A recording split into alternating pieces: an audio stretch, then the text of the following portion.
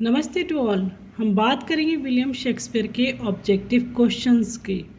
William Shakespeare one of the most famous author. William Shakespeare के जो objective question हैं हमने इस बुक के अकॉर्डिंग 150 क्वेश्चन तक कर लिए हैं और क्वेश्चंस है 300 प्लस। तो आगे के क्वेश्चन यहाँ पर देखते हैं, सेलेक्ट करते हैं इम्पोर्टेंट क्वेश्चंस। ये क्वेश्चन आपके लिए TGT, PGT, LT grade, NVS, KVS, जो भी वैकेंसी विलियम शेक्सपियर से रिलेटेड आती हैं, जहाँ सिलेबस में विलियम शेक्सपियर होते हैं, सभी के लिए इम्पोर्टेंट होंगी। तो विलियम शेक्सपियर ज़रूर पढ़िएगा क्योंकि सबसे ज़्यादा क्वेश्चन इसी ऑथर पर बनते हैं।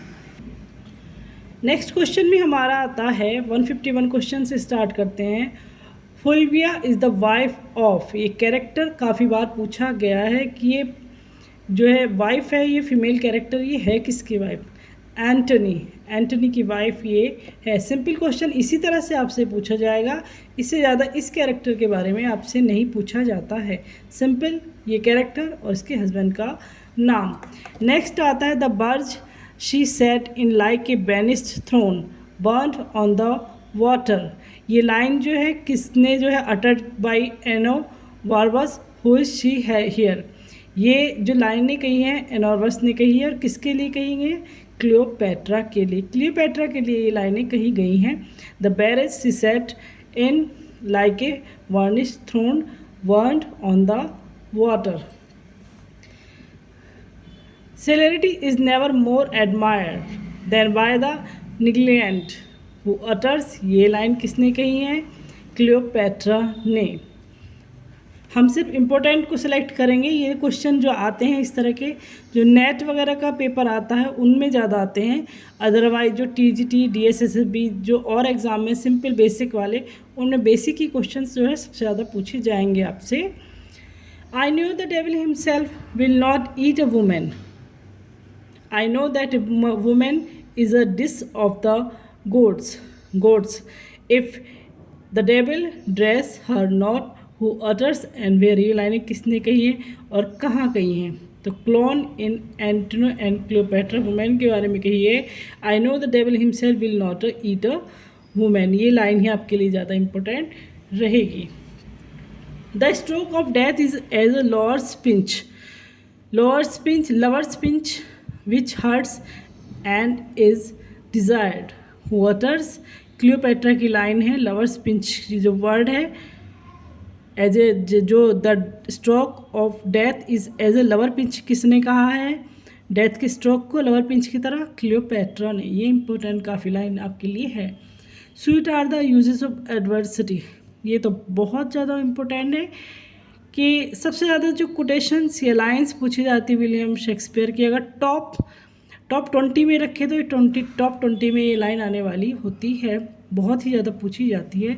Where is this line appear, कहाँ है ये लाइनें? एज यू लाइक इट की लाइन ये है। It is better playing with a lion's whelp than with an old one dying. Where do this line appear, ये लाइन है Antony Cleopatra. If one should be prey, how much the better to fall before the lion than the wolf। Where does do this line appear? 12th night की ये line है। Olivia जो है वो कह रही है ये लाइनों को। For the apparel oft proclaims the man's is from। Hamlet की लाइन ये है।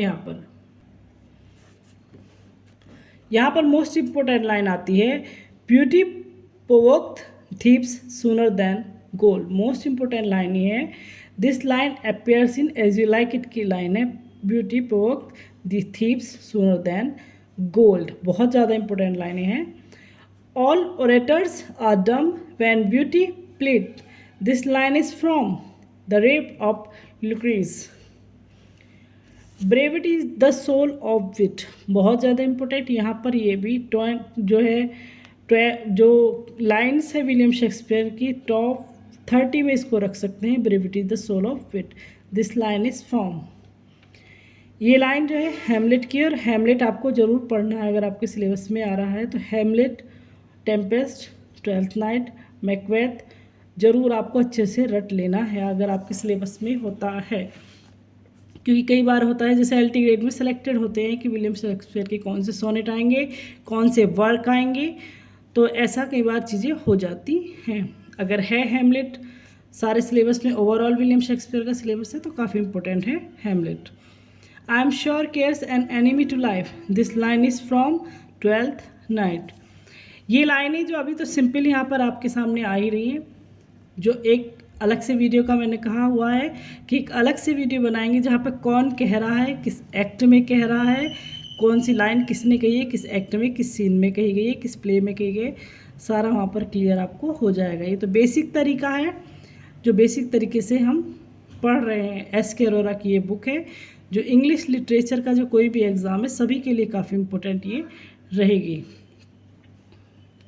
She is a woman therefore may be wooed, she is a woman therefore may be won, where do this line appear, ये Titus Andronicus की line है।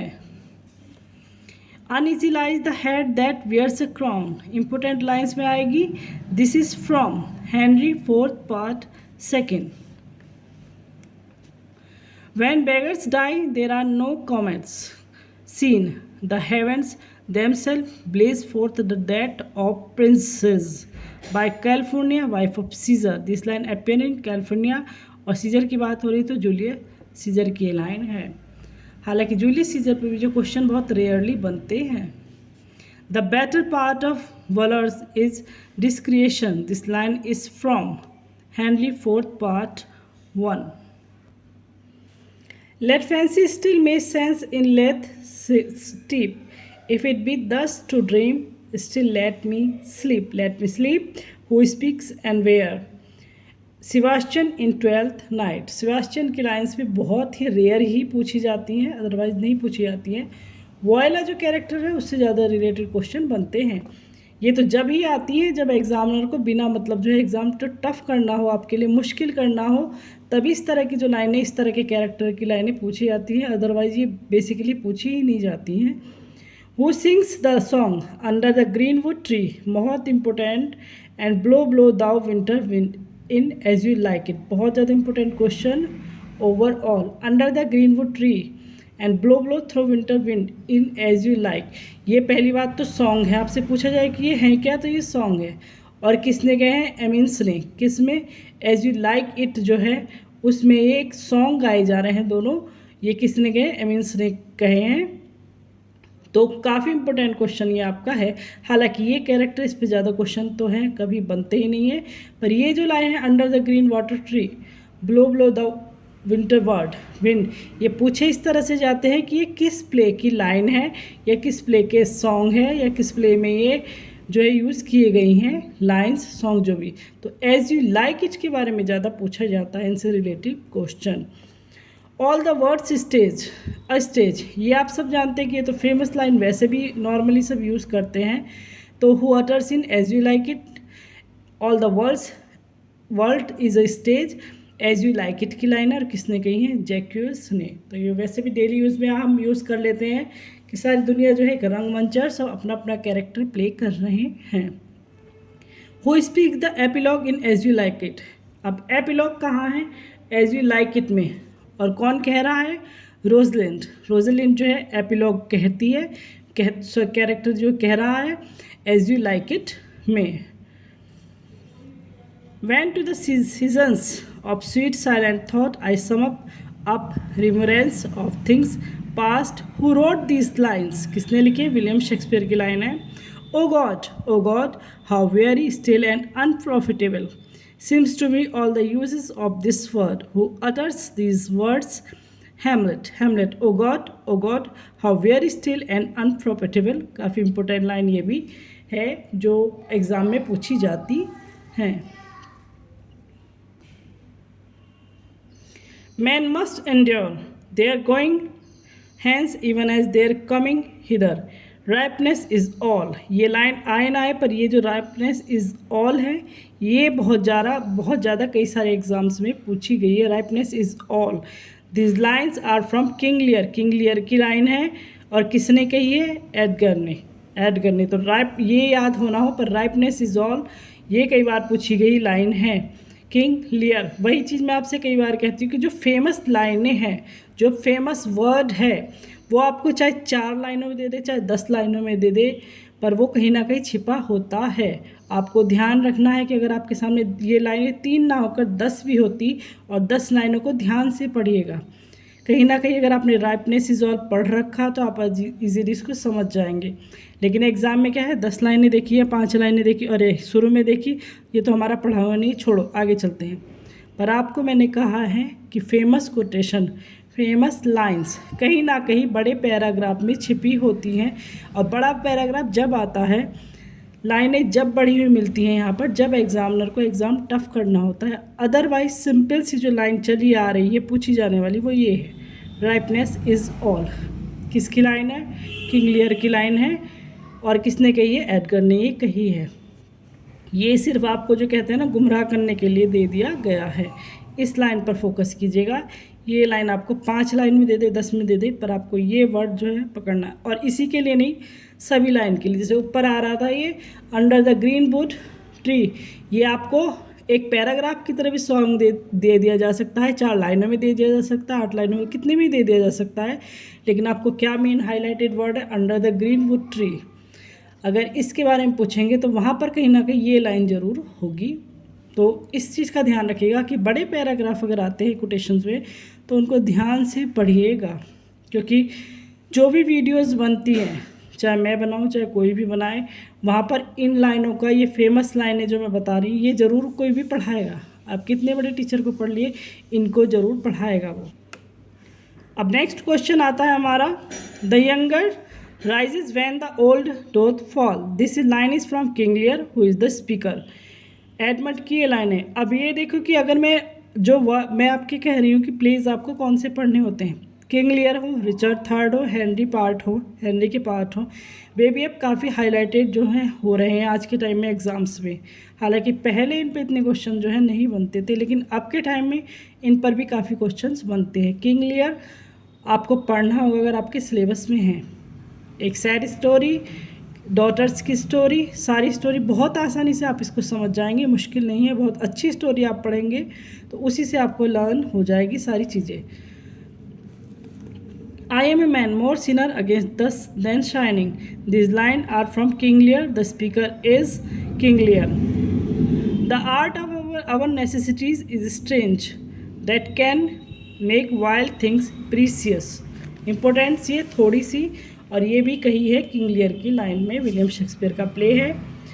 There is one play of Shakespeare, the particular thing about this play is that it has no prose at all. बहुत ज़्यादा important question है, बहुत ही ज़्यादा important question. आज के टाइम में ये लगता है जैसे ट्रेंडिंग क्वेश्चन होता है ना, कि एक क्वेश्चन, एक चीज़ ट्रेंड में चल रही है, हैशटैग में चल रही है, वो वाला समझ लीजिएगा कि नो प्रोज एट ऑल।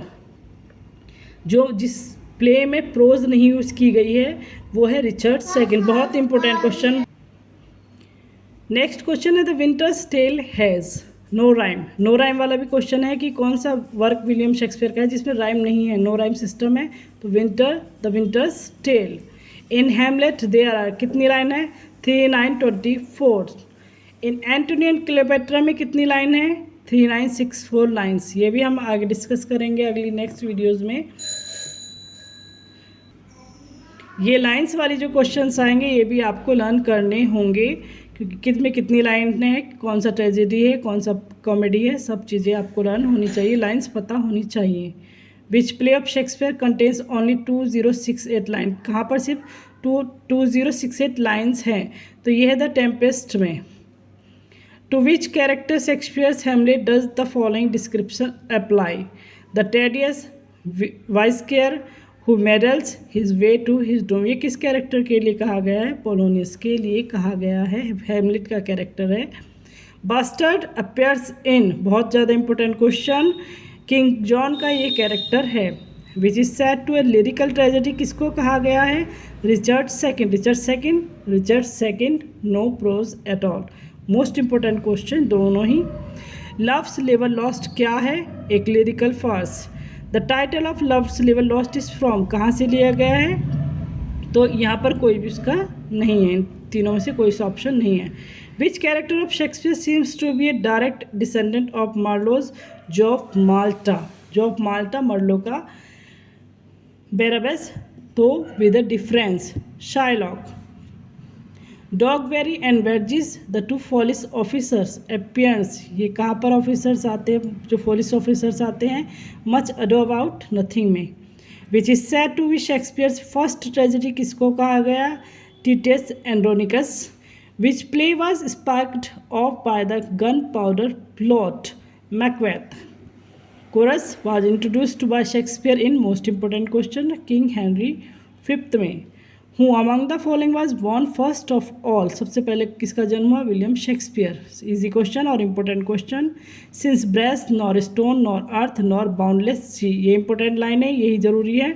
तो यहाँ पर क्या कहा गया है, the lines are from Shakespeare sonnet number, कौन से सोनेट नंबर की जो लाइन्स है ये, LXB। LXB मतलब ये हो गया 65 सोनेट की ये लाइन है, और ये काफ़ी फेमस लाइन है, ये लाइन आपको पता होनी चाहिए सोनेट के विलियम शेक्सपियर के।